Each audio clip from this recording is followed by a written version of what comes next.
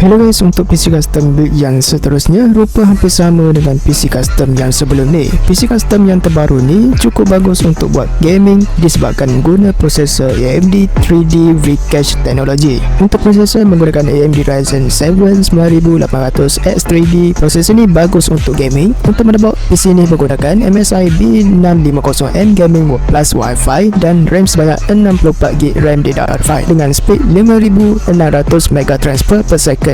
Storage PC ni guna sebanyak 4TB dari Clef. PSU PC ni 850W Gold Plus sekaligus support untuk grafik card. Guna dekat sini RTX 5070 12GB dari iGame.